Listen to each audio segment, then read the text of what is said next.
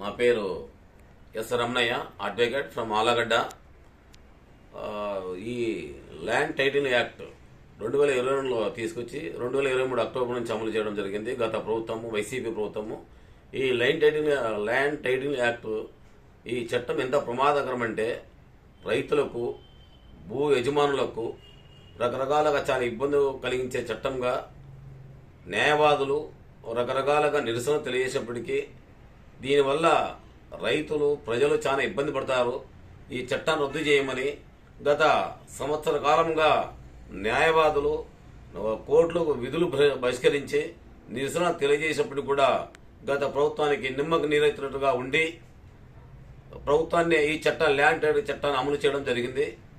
Land title చట్టం అమలు చేయడం వాళ్ళ యొక్క వెనక ప్రధాన ఉద్దేశం అంటే వాళ్ళ రాజకీయ నాయకులు, వైసీపీ నాయకుల యొక్క వాళ్ళ నాయకులకు కబ్జా చేయాలని ఉద్దేశంతో చేసిన చట్టం తప్ప ప్రజలకు ఉపయోగపడే చట్టం కాదని నిన్న ఎన్నికల్లో ప్రజలు తెలియజేసినారు.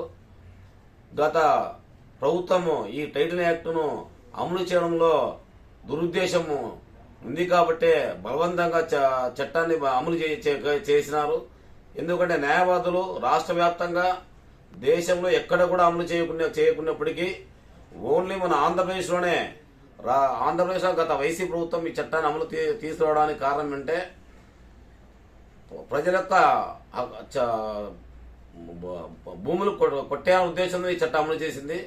న్యాయవాదులు రకరకాలుగా రాష్ట్ర వ్యాప్తంగా నిరసనలు, విధులు బహిష్కరించేప్పుడు కూడా ఎటువంటి మార్పు లేదు.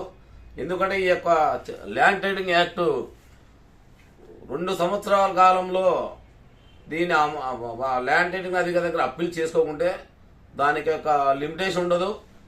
అదేవిధంగా నా యొక్క భూమి పోయిందని సంబంధిత న్యాయ వ్యవస్థలో కోర్టులో దావా దాఖలు చేసుకున్న హక్కు కూడా లేకుండా చేసినారు. ఎందుకంటే ఇంత దావా ఎక్కడైనా మనకు అన్యాయం జరిగితే న్యాయ వ్యవస్థ నమ్మకం ఉంది కాబట్టి న్యాయ వ్యవస్థకు దావా దాఖలు చేసుకుని మనము న్యాయం చేకూరుతున్న ఉద్దేశంలో న్యాయ వ్యవస్థకు పోతాము. న్యాయ వ్యవస్థ కూడా పోకుండా అవకాశాన్ని తీసేసిన జగన్ రెడ్డి ఈ విధంగా ఇంత చట్టాన్ని అమలు చేయగలిగినాడు. కాబట్టే గత టీడీపీ ప్రభుత్వము యువగలంలో కానీ న్యాయవాదులు రకరకాలుగా యువగలంలో నారా లోకేష్ గారికి తెలియజేసినారు. ఈ ల్యాండ్ టైటిల్ అమలుకి వస్తే చాలా నష్టం జరుగుతుందని న్యాయవాది తెలియజేసినప్పుడు లోకేష్ గారు ఆ రోజు హామీ ఇచ్చున్నారు. యువగలంలో మేము ప్రభుత్వం, టీడీపీ ప్రభుత్వం అధికారం వచ్చిన వెంటనే యువగలంలో ల్యాండ్ టైటిల్ రద్దు చేస్తామని తెలియజేశారు. అదేవిధంగా చంద్రబాబు నాయుడు గారు ఎన్నికల ప్రచారంలో భాగంగా ఈ ల్యాండ్ టైటిల్ యొక్క దాని యొక్క ప్రవేశాలలో ప్రమాదాలు తెలిసి రాష్ట్ర వ్యాప్తంగా తెలియజేసి మేము అధికారంలో వచ్చిన వెంటనే రెండో సందర్భంగా ల్యాండ్ టైటిల్ రద్దు చేస్తామని తెలియజేశారు.